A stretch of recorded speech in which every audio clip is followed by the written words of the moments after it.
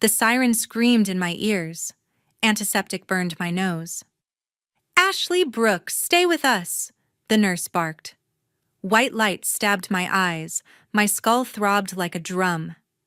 3 days earlier at my brother's graduation stage, he grabbed the mic and stared me down. "I need $1.5 million from your trust for my startup." Mom leaned in, voice ice cold. "That's your duty. Refuse, and don't call this family anymore." I stood up. "No." The crowd froze. Then everything exploded. Now pain pinned me to the bed. A shadow loomed at the foot-tall suit sharp. "Miss Grant," the man said, voice low. "Your grandmother left more than money. It's time. If you've ever been the family bank praised for giving, punished for stopping, hit like and drop your story below. You're not the only one who said no. 3 days earlier, I still believed family lasted forever. I grew up in Naples, Florida, where the Gulf water sparkled like a promise, and the resort my father owned defined our world. At 12, I started at the front desk after school. Guests rolled in with luggage carts. I checked passports, assigned ocean view rooms, and fixed double bookings before managers noticed. Martin Brooks' dad watched once from the lobby camera feed. He called the head concierge later. "Ashley's reliable," he said. I overheard on the intercom. That counted as affection. The lobby smelled of citrus polish and sunscreen. I wore a navy blazer 2 sizes too big, sleeves rolled. Tourists asked for extra towels. I ran to housekeeping. A honeymoon couple argued over a missing reservation. I upgraded them to a suite with champagne. Dad nodded approval from his office window. No smile. Just a thumbs up that meant the system worked. By 15, I had saved $8,000 in a shoebox under my bed tips from bellhop's birthday cash weekend shifts at the pool bar. I mapped out a used sedan for college runs. Then Justin turned 15. He wanted a red Mustang convertible to cruise the causeway. Mom Deborah Brooks pulled me into the resort office one afternoon. Sunlight streamed through blinds. "Your brother needs confidence on wheels," she explained. "Family invests in the future." She slid the shoebox envelope across the desk. I watched Justin peel out that evening, exhaust popping. He waved once through the open top. No words. The Mustang became his signature. He parked it crooked in the employee lot, keys dangling. Guests asked if the shiny car belonged to the owner's son. Staff confirmed. I biked to school, chain rattling. At 18, I balanced 2 jobs. Dawn shifts pouring lattes at the resort cafe, evenings drilling algebra into high school seniors who paid $25 an hour. Every dollar funneled into a joint checking account Mom reviewed monthly. Justin's University of Miami acceptance arrived with a $48,000 sticker for year 1. Dad looked up from his eggs at breakfast. "You're already earning," he said. "Cover semester 1. Big sister duty." I transferred the funds before classes started. Justin posted beach selfies tagged "Youthern College Life." I pulled double shifts to keep my community college enrollment active. Sophomore year, Justin joined a fraternity. Dues hit $5,000. I cleaned guest rooms at midnight, vacuuming sand, folding towels into swans. Mom called it temporary sacrifice. Dad called it team player. I called the bank to confirm wire transfers. Fraternity formals required tux rentals. Spring break flights to Cancun. I stocked minibars until 2 a.m. Hands raw from bleach. Justin sent postcards, palm trees, neon signs. Mom framed one in the lobby. "Our scholar abroad," the caption read. At 20, Justin pitched his yacht booking app in a business class. Professors raved. Dad hosted a dinner for local investors on the resort rooftop. Candlelight flickered off champagne flutes. Justin demoed wireframes on a projector. Seamless luxury reservations, he promised. Applause rippled. Mom beamed. "Our boy's the visionary." Dad raised a toast. "To the next Brooks empire." I cleared plates between courses. Later, Dad cornered me by the ice machine. "Prototype needs servers," he said. "Your remaining $12,000 closes the gap." I logged into mobile banking under the humming fluorescence. Transfer complete. Justin high-fived an investor. My name never came up. The 12,000 vanished into cloud credits and UI designers. Justin's GitHub filled with commits. Dad installed a second monitor in the lobby for live metrics. Guests watched booking counters climb. Staff whispered about IPO dreams. 22 brought Justin's summer internship in Silicon Valley. Flight housing networking events another 18,000. I took the graveyard shift scrubbing kitchens after banquets. Grease under nails back aching from bending over industrial sinks. Mom sent care packages to California. Dad framed Justin's offer letter in the lobby. Future CEO, the plaque read. I ate cold leftovers in the staff break room calculating how many more months until my own degree. Internship photos flooded socials. Justin with venture partners rooftop bars in San Francisco. Hashtags, #TechRising, Brooks Legacy. Mom forwarded them to resort vendors. Proof of concept, she wrote. Back home, Justin refined the app. Beta testers raved. Dad expanded the resort conference room for demo days. Investors flew in private. Mom coordinated catering. I printed name tags, refilled coffee urns, smiled through introductions. Justin practiced investor pitches in the mirror. Scalable, disruptive, monetized day one. Dad nodded approval. Mom adjusted his collar. You're the face of tomorrow. Between setups, I overheard boardroom talk. Seed round at $2 million valuation. Justin leads product. My role, keep the coffee hot. The pattern locked in years earlier. Praise for Justin's ideas. Silence for my execution. Money flowed one direction out. Never in. I stood on the beach, one dawn waves lapping my ankles. The resort loomed behind lights still on from overnight cleaning. I realized the truth. They viewed me as an ATM with a factory set combination 27. Deposits forbidden. Withdrawals expected. No PIN required, just family obligation. The realization settled heavy. Every shift, every transfer, every compliment aimed at Justin had trained me for this role. Reliable Ashley, practical Ashley. The one who gave without counting. Dad scheduled family photos for the resort brochure. Justin center frame, arms wide. Mom and Dad flanking. I stood slightly behind holding a clipboard. The photographer asked me to step aside for balance. Background, he said. Dad agreed. She handles operations. I smiled for the camera. Inside, the combination lock ticked closer to 27. Justin's app hit campus app stores. Downloads spiked. Dad ordered branded polo shirts, Brooks yachts. Staff wore them proudly. I folded laundry in the basement, steam fogging glasses. Mom planned a launch party. Invitations went to chamber members, city council yacht club. Budget $25,000. Catered lobster open bar. I balanced the invoice against payroll. Worth the investment, Mom said. Visibility. I nodded. Visibility for whom? The party night arrived. String lights draped palms. Live band played reggae. Justin worked the crowd, demo tablet in hand. Investors clustered. Dad introduced him as the innovator. Mom circulated with champagne. I refilled ice buckets, wiped spills, directed valets. A venture partner asked Dad about equity split. Family enterprise, Dad replied. All in the blood. I carried trash bags to the dock. The Gulf swallowed reflections of celebration. My phone held 0 balance alerts. Justin found me later. Sis, the numbers look solid. Pre-seed closes next week. He clapped my shoulder. Your support got us here. Support. The word tasted like salt. I returned to the party. Guests toasted Justin's future. No one noticed the sister in the staff apron. The ATM analogy crystallized. Locked until 27. Withdrawals on demand. No interest earned.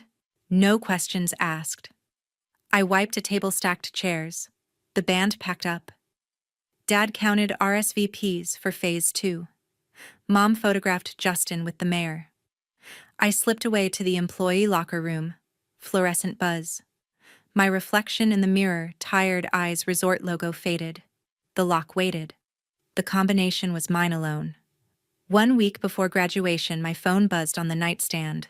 Fletcher Law Group flashed on the screen. I locked my bedroom door and opened the message under the lamp. Formal letterhead filled the display. Dear Miss Ashley Brooks, the Margaret Grant Revocable Trust activates on your 27th birthday. Valuation $92 million. Origin, 1985 hotel management software. Patents, global licensing, compounded royalties. Equity holdings.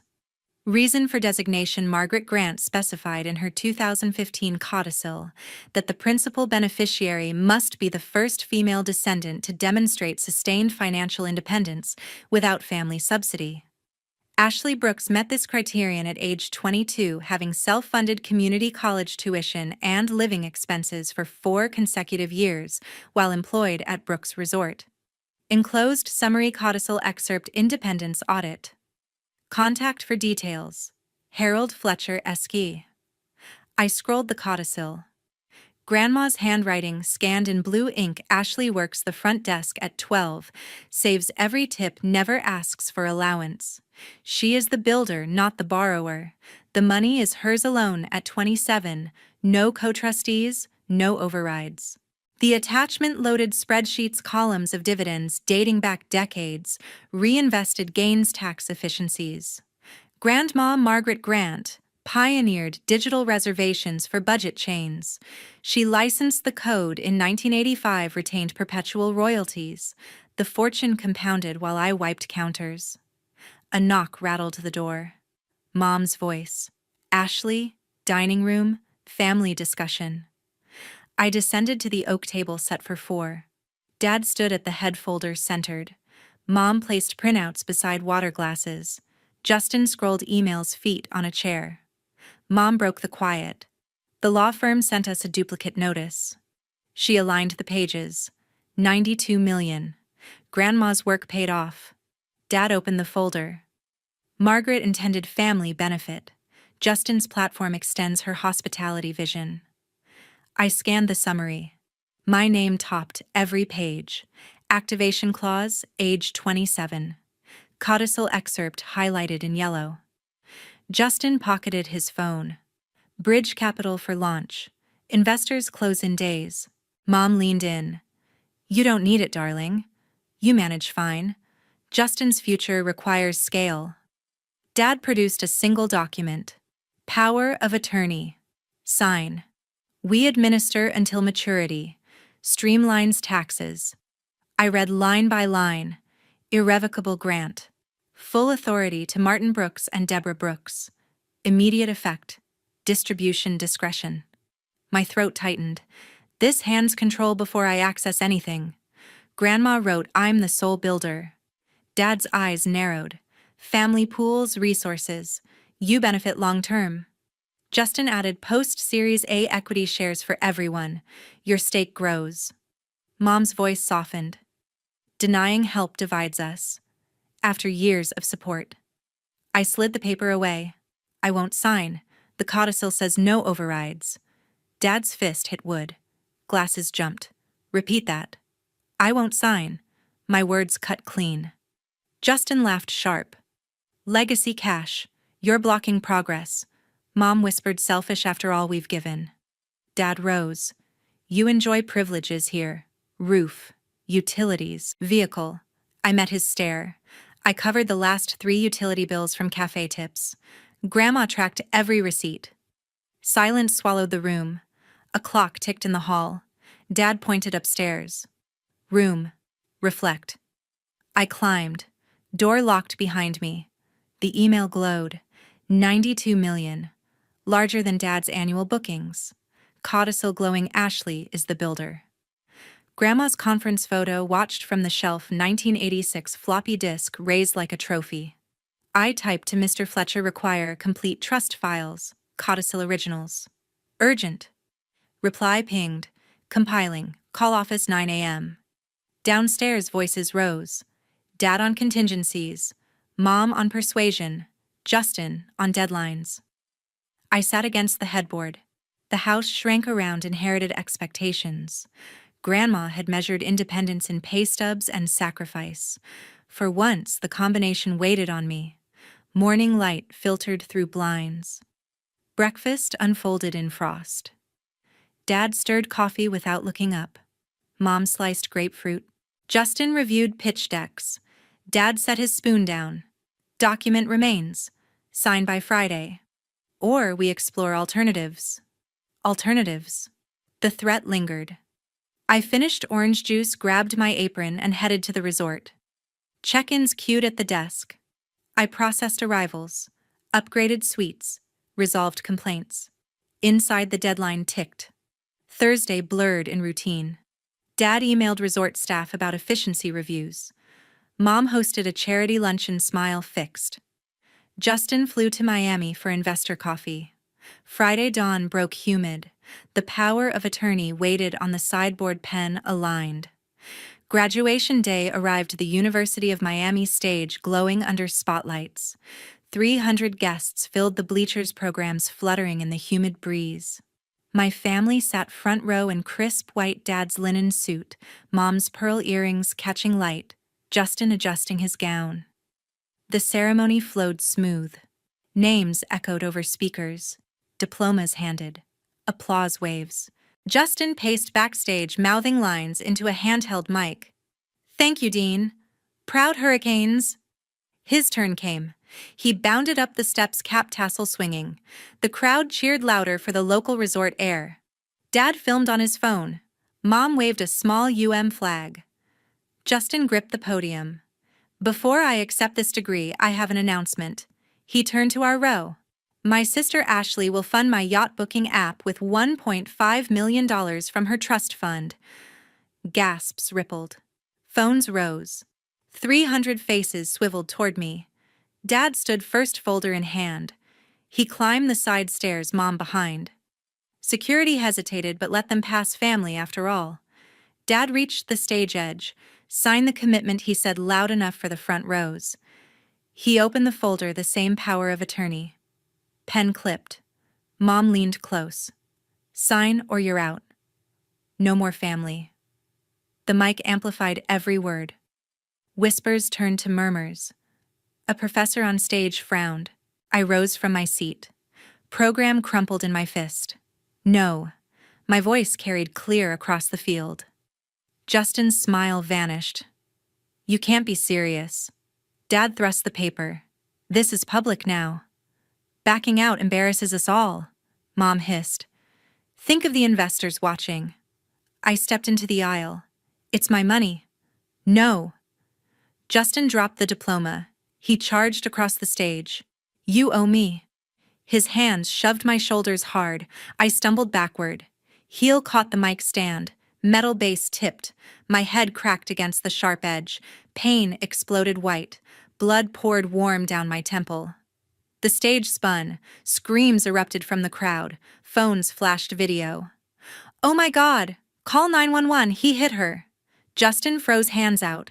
"I didn't mean." Dad grabbed his arm. "Control yourself." Mom covered her mouth. "Ashley, get up. You're fine." I tried to stand. Vision blurred red. The mic stand clattered loud. Security rushed the stage. 2 officers in uniform. "Step back." "Everyone." A guest shouted. I got it on video. The clip already uploaded. X notifications pinged across screens. War grad assault trended local in seconds. Paramedics pushed through. Head injury. Clear space. Justin backed away, face pale. "It was an accident." Dad argued with an officer. "Family matter. We'll handle internally." The cop cuffed Justin's wrists. "Public assault." "You're coming with us," Mom pleaded. "He's graduating." "This is a misunderstanding." Crowd filmed everything. Comments flooded. "That's the Brooks kid." Sister said no to funding. Blood everywhere. I lay on the stage. Gauze pressed to my scalp. Lights too bright. Sirens wailed closer. The dean canceled the rest of the ceremony. Guests filed out in shock. Phones still recording. Justin loaded into a cruiser. Dad followed, yelling about lawyers. Mom stayed tears streaking mascara. Why make a scene? Blood soaked my gown. The mic lay bent beside me. Security sealed the area. Video hit 1 million views before ambulance doors closed. I woke under emergency lights monitors beeping steady. Naples Memorial ER smelled of iodine and plastic. A nurse adjusted an IV. Concussion protocol, she said. Stay awake. The doctor entered with a clipboard. Ashley Brooks head laceration 12 stitches. Mild traumatic brain injury. 2 cracked ribs from the fall. CT clear, no bleed. Observation overnight. He signed the chart. Pain meds every 4 hours. No screens. Family outside. Dad paced the hallway visible through glass. Mom dabbed eyes with tissue. Just an absent station, probably. Emily, the hospital social worker, pulled the curtain. Badge read, Emily Rivera, MSW. Hi, Ashley. I handle safety plans. She sat on a stool. What happened on stage was assault. You don't have to protect them. I shifted ribs, protesting. It escalated fast. She nodded. Videos everywhere. Police report filed. Restraining order option available. She slid a pamphlet. Resources if you need distance. Dad knocked. We're coming in. Emily stood. Patient decides visitors. I hesitated. Not yet. She blocked the door. Give her space. Voices muffled outside. Emily returned. Your call changed everything. Press charges. I stared at the ceiling tiles. Maybe. She handed a card. Call anytime. Shelter counseling, legal aid. Alone again, I reached for my phone, cracked screen battery low. I dialed the number from the trust email. Fletcher Law Group, a receptionist answered. Harold Fletcher for Ashley Brooks. Urgent. Hold music played classical. Then his voice calm. Miss Brooks, I saw the news. En route. An hour later, the curtain parted. Mr. Fletcher's silver hair navy suit, black briefcase entered with a nurse's escort. He set the valley on the tray table. Margaret prepared for this, he said, clicking locks. Folders emerged thick with seals. Full trust copy. Contingency clauses, fraud safeguards. He opened one. Your grandmother suspected mismanagement. She embedded audit triggers. I leaned forward, wincing. They want control now. He slid a document. Anti-duress provision. Any transfer under coercion voids the POA. Automatic freeze. Another file. Email chain Margaret to me, 2018. If Martin attempts early access, release evidence. Evidence. My pulse quickened despite the meds. Mr. Fletcher continued. Bank records, shell companies. 70% royalties diverted since 1990. I exhaled. They faked contracts, forged signatures. We have originals. He closed the valley. They can't touch what's yours. Not without court.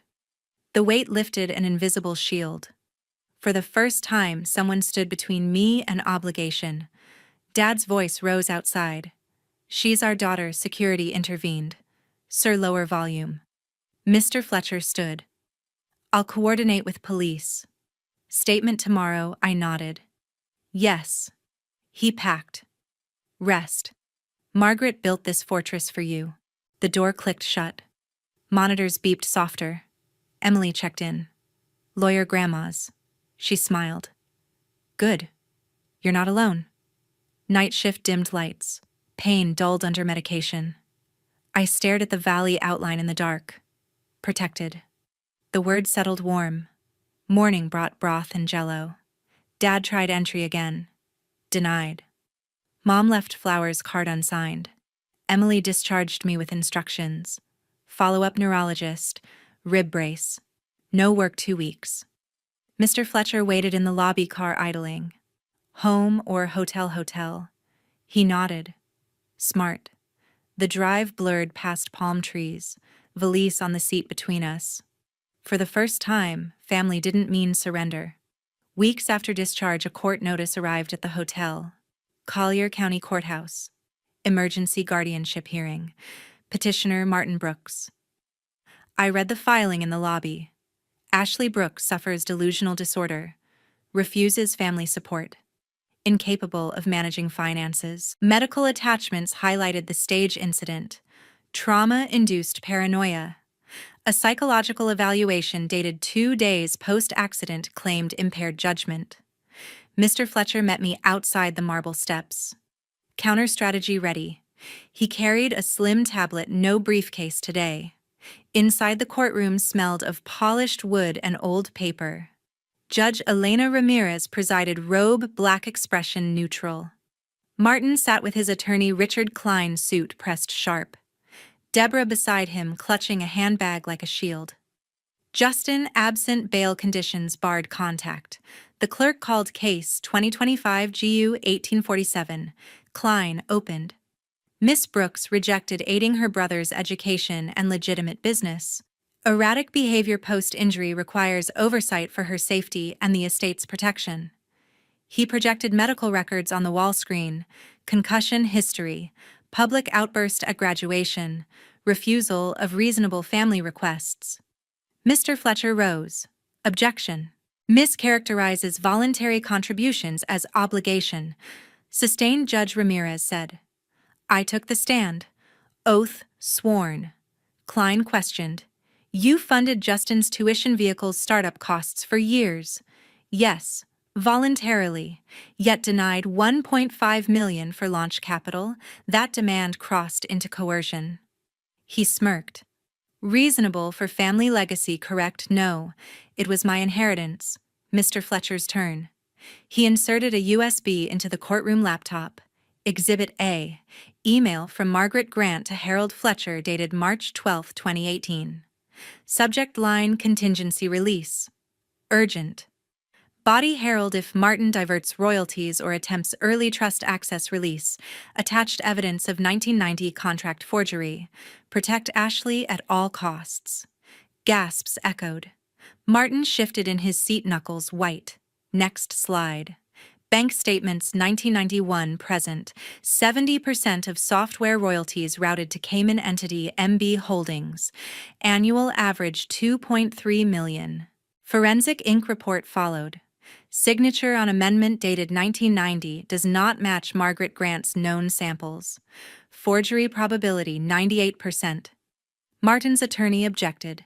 Chain of custody: Mr. Fletcher produced sealed originals, notarized by Margaret's notary 1985, filed with SEC. Judge Ramirez leaned forward, glasses low. Mr. Brooks' response to alleged diversion: Martin stood. Administrative restructuring. Margaret approved verbally. No record exists, Mr. Fletcher countered. Only forged addendum. Another slide. Shell company directors: Martin Brooks, Deborah Brooks. Dividend payouts matched resort expansion loans unreported to trust auditors. Deborah whispered, this can't be. Klein tried recovery. Even if true guardianship protects the principal. Judge Ramirez cut in. Petition claims incapacity. Evidence shows calculated refusal, not delusion. Mr. Fletcher closed. Trust includes anti-duress clause. Coercion voids any POA. Automatic freeze activated upon filing. The judge reviewed documents silently. Clock ticked loud. Guardianship petition denied with prejudice. Gavel bang. Fraud investigation opened against Martin Brooks. Refer to State Attorney and IRS. Case adjourned. Martin's face drained to ash. He gripped the table edge.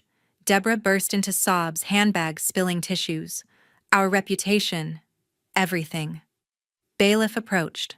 Sir remained seated until cleared. Reporters in the gallery typed furiously. Headlines already forming. Mr. Fletcher packed the USB. Trust remains intact. Your assets frozen from their reach pending audit. I stepped down, legs steady for the first time in weeks. The room felt larger. Outside the courthouse, cameras flashed. Brooks' heir accused of multi-decade fraud, microphones thrust forward. Martin shielded his face with a folder. Deborah hurried to a waiting sedan, tears streaming unchecked. Mr. Fletcher guided me through a side exit. Phase 1 complete. Civil suit next. Sun hit the parking lot hot. Justice finally had a temperature. 6 months later, federal court in Naples sealed the fallout. Martin lost every resort contract, vendors fled fraud headlines. The Gulfront mansion sold at auction for pennies. He took a sales job at a strip mall timeshare kiosk, polyester tie choking. Deborah moved to a one-bedroom condo downtown. Former bridge club friends ghosted invites. She shopped alone, cart rattling empty aisles. Justin's app crashed on launch servers seized for unpaid bills. Creditors chased $500,000 in loans. He drove Uber in Miami red Mustang long repossessed. Late-night fares paid interest only. I filed the name change quietly. Ashley Grant. The clerk stamped approval. No fanfare. Trust dividends flowed clean. Mr. Fletcher structured the Grant Women in Tech Scholarship full rides for coders from single-parent homes. First cohort 12 students' laptops gleaming. I visited campus launch day. Recipients shared stories, late shifts, doubt code that worked. One girl clutched her acceptance letter. This changes everything. Martin called once from the kiosk. Need a reference. I let voicemail fill. Deborah sent a birthday card, return address the condo. Inside, sorry, handwritten shaky. I filed it unread. Justin messaged from the Uber app. Can we talk? Blocked. The scholarship expanded. Annual gala raised millions. I spoke last. Grandma built systems. I build futures. Cutting ties isn't betrayal, it's survival.